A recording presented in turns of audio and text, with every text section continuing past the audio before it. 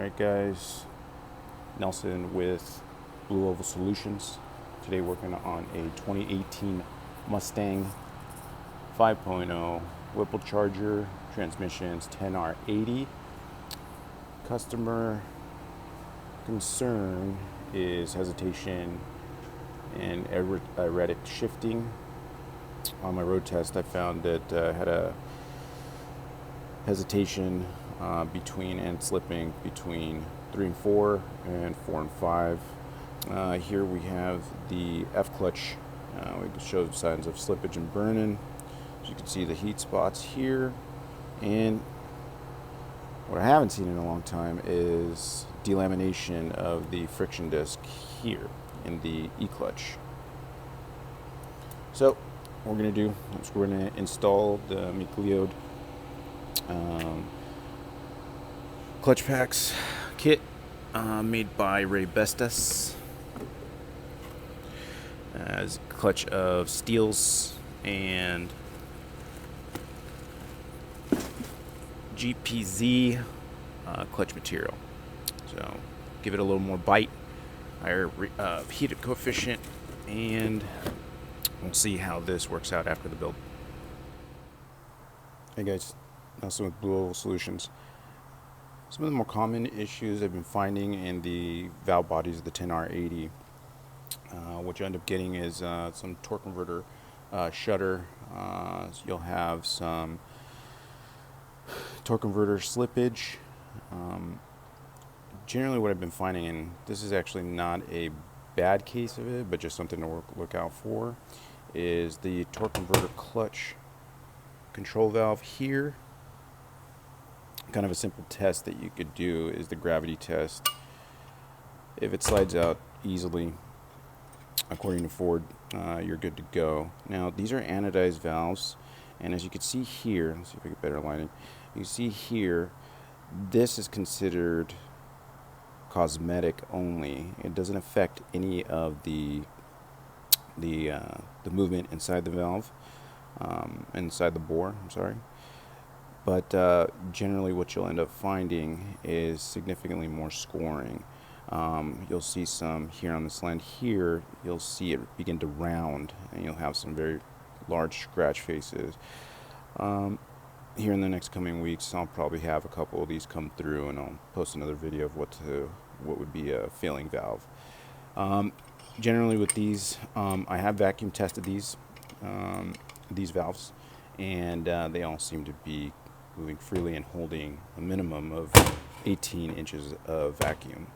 So that's another common issue to look for. Another issue I've been finding on the 10R80s is the solenoid control valves here. So what you'll see here, these are the control valves.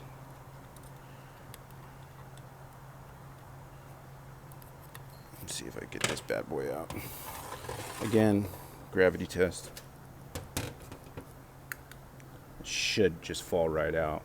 But as you can see, this guy is being a little more, needs a little more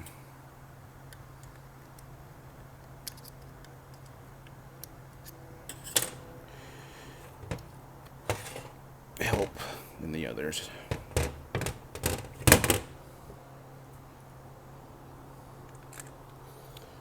Again, these are anodized valves, but as you can see here, you don't seem to see any scratching or any excessive wear, so this will be okay.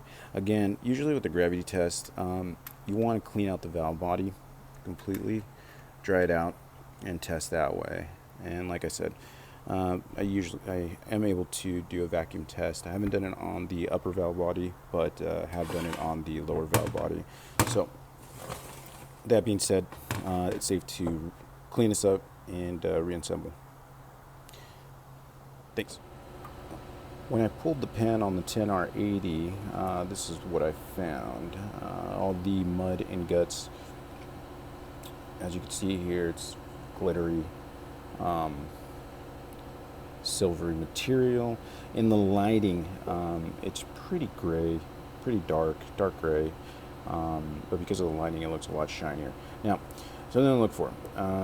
Generally, with the darker material, it's really a good indication of excessive clutch wear. You'll find that on higher mileage vehicles, higher mileage transmissions. Now, another thing that's very indicative of, let's say, torque converter failure, outside of the symptoms, pulling the pan, you're going to find a more gray material. Very similar to what you'll find, where it's more common is a 6F35 front wheel drive. You'll find in Escapes and some Edges, some Explorers. So this is a good indication that you're going to end up pulling the pan or pulling the transmission out of the vehicle. Here is the CDF drum for the 10R80. Common failure point is the bushing here that you'll find. What it'll do is it'll move out of place. Now, it can move slightly, and you'll be scratching your head trying to figure out what is wrong. But a telltale that it is out of place is these passages here get smaller because the bushing is covering them up. Now, rule of thumb here that I've been using and I've been finding is that this top of the bushing to the face of the drum here is approximately 3 millimeters. Anything less would cause some drivability issues or shifting issues, I'm sorry. This is the measurement, and that is compared to a new CDF drum. So that's something to look out for. Concerns that you would feel is erratic shifting, slippage anywhere between 2 to 7, and you'll also find a lot of material similar to this in the pan.